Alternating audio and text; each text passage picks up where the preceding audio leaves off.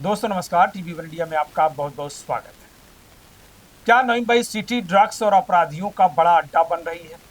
झोपड़पट्टी इलाकों में जिस तरह नशे के तस्करों का जाल फैल रहा है, वह सुरक्षा के लिए बड़ी चिंता बन रहा है।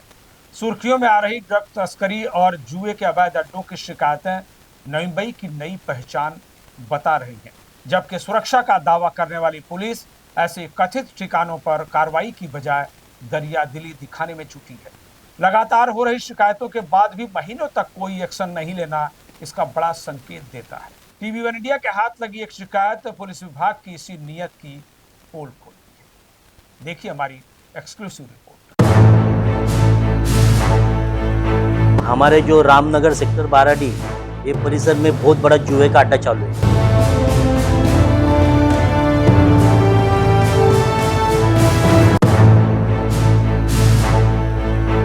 वहाँ पे रात के टाइम पे बड़े बड़े गुंडे लोग जो क्राइम किए हुए लोग हैं वो ऐसे लोग वहाँ पे खेलने आते। तो 112 नंबर पे उनको कॉल करके मैंने इत्तला दी थी कि भाई यहाँ पे जुआ चालू है, आप यहाँ पे आके भाई कार्रवाई करो, लेकिन उन्होंने मुझे बिल्कुल कोई भी रिस्पॉन्स दिया नहीं।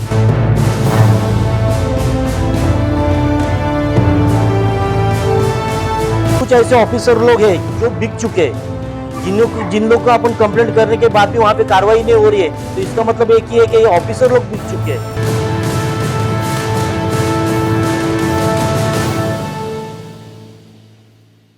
बढ़ते अपराधों की कलई खोलती है तस्वीर, देख लीजिए। यह कथित वीडियो बोनकोड़े के रामनगर सेक्टर 12D इलाके का है। तस्वीर में दिख रही रामनगर की ये वही कथित इमारत है जहां रावण राज वाली गतिविधियां चलती हैं।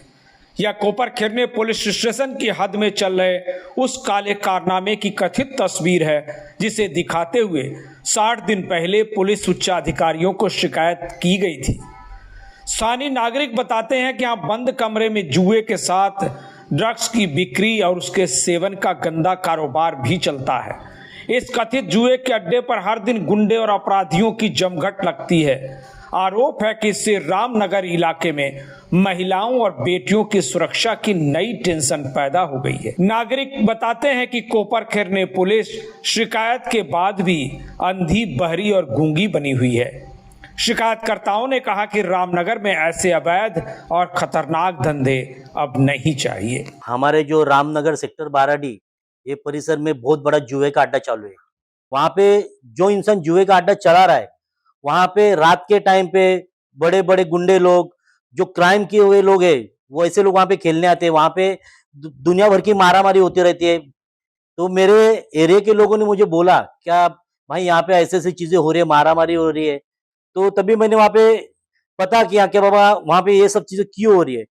तो पता करने के बाद मालूम पड़ा कि वहाँ पे बहुत बड़ा जुए का अड्डा है, जिसे पताड़ा कहते हैं। जुए मतलब जुए का उतना तो मुझे पता नहीं, लेकिन पताड़ा कहते हैं। तो वहाँ पे बहुत सारा मतलब बोलते लाखों का जुआ चलता है वहाँ पे। तो इसके लिए मैं पुलिस स्टेशन में 112 नंबर पे उनको कॉल करके मैंने इत्तला दी थी कि भाई यहाँ पे जुआ चालू है, आप यहाँ पे आके भाई कार्रवाई करो, लेकिन उन्होंने मुझे बिल्कुल कोई भी रिस्पॉन्स दिया नहीं। उसके बाद भी मैं लोकल पुलिस स्टेशन में जब अर्जी देके 2 महीना मुझे हुआ है, उसके बाद में भी लोकल पुलिस स्टेशन ने भी कोई एक्शन ली नहीं। आज जो जुए का 2 नंबर का धंधा जो मेरे एरिया में हो रहा है, मेरा बोलने का मतलब यही है कि मैं यहाँ का समाज सेवक है। मुझे मेरे एरिया में 2 नंबर का धंधा किसी ने किया बिल्कुल चलेगा नहीं।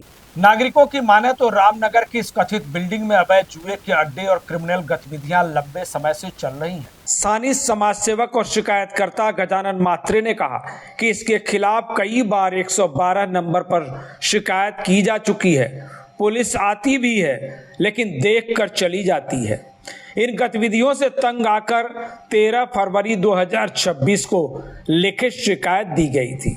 गजानन मात्रे के शिकायत पत्र को जरा फिर से देख लीजिए। शिकायतकर्ता की माने तो कथित जुए के अड्डे और वहां ड्रग्स सेवन संबंधी काले कारोबार का वीडियो एविडेंस भी पुलिस को दिखाया गया था। फिर भी कोपर खिरने पुलिस और एसीपी ऑफिस के आला अधिकारियों की नींद नहीं खुली। इतना ही नहीं, इसकी शिकायत खुद पुलिस आयुक्त मिलिंद भारंबे तक की गई, लेकिन 60 दिन गुजर गए, किसी ने भी सुरक्षा और अपराध के इस गंभीर मामले पर कोई संज्ञान नहीं लिया। शिकायतकर्ताओं का खुला आरोप है कि नई मुंबई पुलिस के कुछ आला अफसर ही खुद जुए के अड्डे चलाने और ड्रग पेडलर्स को प्रोटेक्शन देकर काली कमाई करने में जुटे हैं, इसलिए कार्रवाई में देरी हो रही। आप खुद ही सुनिए। वो जुए के अड्डे में एमडी, नशे के पदार्थ ऐसे, मतलब जो नशा जिसे किए जाते हैं ऐसे पदार्थों की भी वहाँ पे बिक्री हो रही है। तो ये सब चीज़ की मैंने एसीपी, डीसीपी, कमिश्नर और हमारे जो लोकल पुलिस स्टेशन है वहाँ पे मैंने कंप्लेंट की थी, और कंप्लेंट करके आज 2 महीना हो गया। तो ये सब चीजें हो रही है, लेकिन पुलिस वाले बिल्कुल कुछ कार्रवाई कर रहे नहीं। उनको कंप्लेंट की तो मुझे एक आशा थी, क्या कोई एसीपी हो या डीसीपी हो या कमिश्नर ऑफिस हो, कहां से भी तो अच्छा जवाब मिलेगा, इन लोग कार्रवाई करके इस चीज को खत्म कर देंगे बात को। लेकिन ये बिल्कुल कौन सी भी कार्रवाई वहां पे हुई नहीं है। सबके ऊपर मतलब ब्लेम नहीं करूंगा, लेकिन कुछ ऐसे ऑफिसर लोग हैं जो बिक चुके हैं, जिन लोग को अपन कंप्लेंट करने के बाद भी वहां पे कार्रवाई नहीं हो रही है, तो इसका मतलब एक ही है कि ये ऑफिसर लोग बिक चुके हैं। तो ये कार्रवाई क्यों नहीं हो रही है, इसका ये लोग जवाब दें मुझे। TV1 इंडिया इस मामले में प्रस्तुत किसी भी वीडियो या दावे का सत्यापन नहीं करता। इस संदर्भ में हमने कोपरखैरने पुलिस और उच्च अधिकारियों से बात करने की कोशिश की, लेकिन कोई भी उत्तर नहीं मिल सका। हालांकि तस्वीर में दिख रहा यह मामला बेहद गंभीर है। ऐसे मामले नई मुंबई में लगातार बढ़ते दिख रहे हैं। वाशी का एपीएमसी एरिया, दीघा, रबाले, तुर्बे, बोनकोड़े जैसे झोपड़पट्टी और उससे सटे इलाकों में ड्रग्स बेचने और जुए जैसी आपराधिक गतिविधियां लगातार बढ़ रही हैं, जो इसका संकेत देती हैं। यह नई मुंबई शहर के लिए खतरे की बड़ी घंटी है। देखना होगा कि ड्रग पेडलर का घर तोड़ने और उड़ान पुलों से बेघरों को हटाने की जल्दबाजी करने वाली नई मुंबई पुलिस इस मामले को कितनी गंभीरता से लेती है और कितनी ईमानदारी के साथ जुए के अड्डे पर कार्रवाई। लेटेस्ट अपडेट्स और ताजा तरीन खबरों के लिए TV1 इंडिया लाइव को सब्सक्राइब कीजिए और नोटिफिकेशन पाने के लिए बेल आइकॉन को दबाना मत भूलिए।